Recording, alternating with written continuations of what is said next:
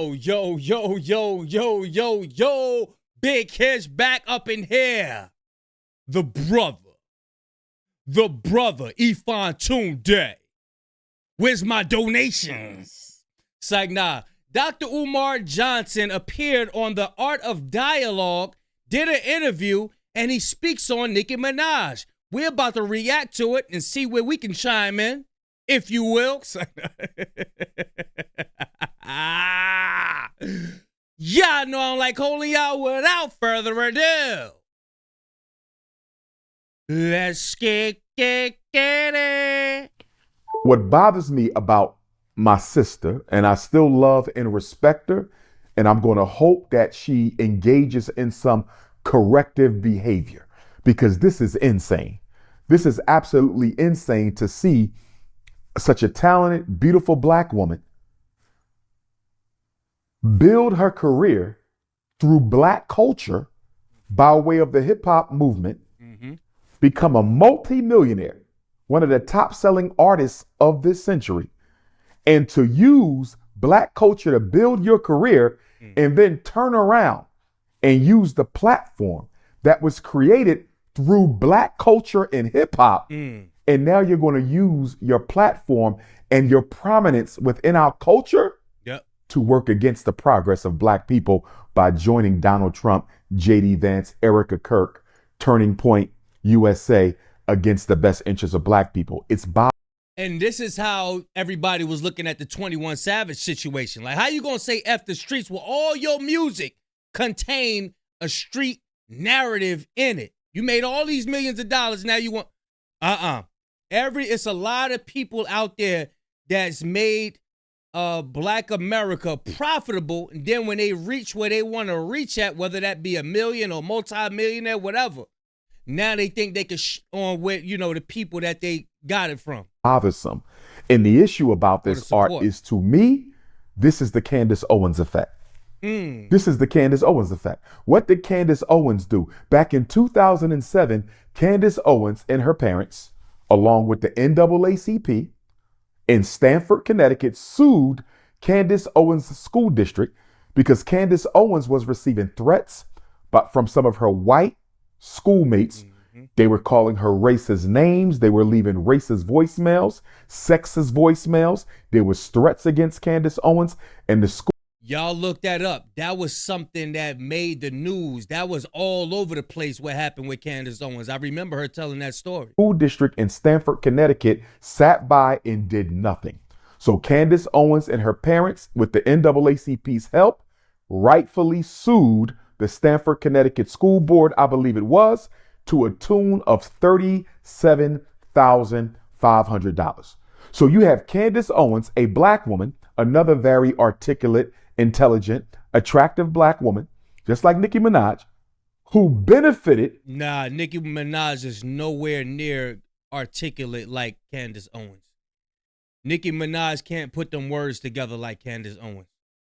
From civil rights, okay, and used those civil rights that our ancestors fought for to bring suit against a white racist school district.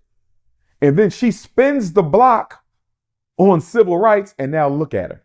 She goes and gets a white husband, and now she's one of the biggest supporters of the conservative white racist agenda against African people. And now she's touring the country, and she's all over the news media, okay, trying to defend the honor, integrity, and legacy of another racist in Charlie Kirk.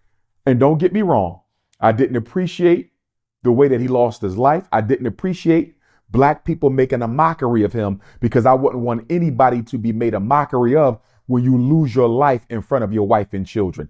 That is not to be made fun of. But at the same time, how is Candace Owens running around championing the legacy of Charlie Kirk, while at the same time you made a documentary trying to prove to the whole world that George Floyd was not suffocated to death by the knee of a police officer? So you will make a documentary to try to make a black man who was assassinated look like a criminal, and then you'll turn around and go out of your way and even put your safety and the safety of your children in jeopardy to champion the legacy of a racist Charlie Kirk who Candace Owens refers to as her best friend. How in the hell can a black woman have a white racist as a best friend? Look at the things. You got people who will go to the other side to try to represent those people under the guise of black people need to be held accountable, but then ain't got nothing to say, ain't got nothing good to say about black people while you're trying to hold them accountable, which is disgusting because you must keep a balance. And at the same time, won't say anything negative about the people that they're trying to side with. Charlie Kirk said about black women. Look at the things Charlie Kirk said about black men. But getting back to Nicki Minaj, I believe that Donald Trump and the conservative movement in this country picked her, selected Nicki Minaj because they needed a replacement for Candace Owens. Remember, Candace Owens has fallen out of favor with the Republican Party and the mainstream conservative white agenda because she's now exposing the Zionist control of the conservative movement and of the United States government. In fact, Art, I would argue that Charlie Kirk was assassinated, I believe, by the Zionist movement.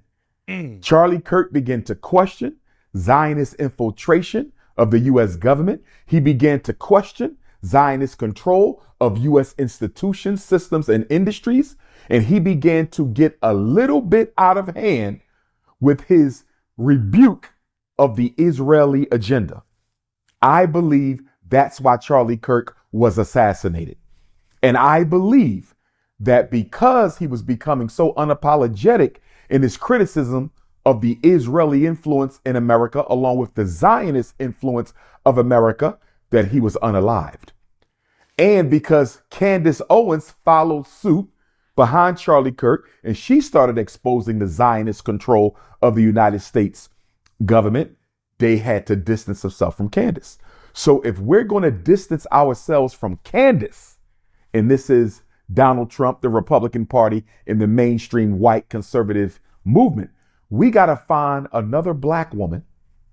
We got to find another black woman who can compete with Candace Owens nationally and internationally to bring attention away from Candace Owens, who is highlighting the Israeli influence on American politics.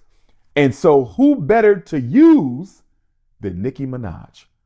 Damn. Now, I don't know why Nicki Minaj is doing this. I don't know if she's getting paid. I don't know if it's a favor. I don't know if it's an exchange.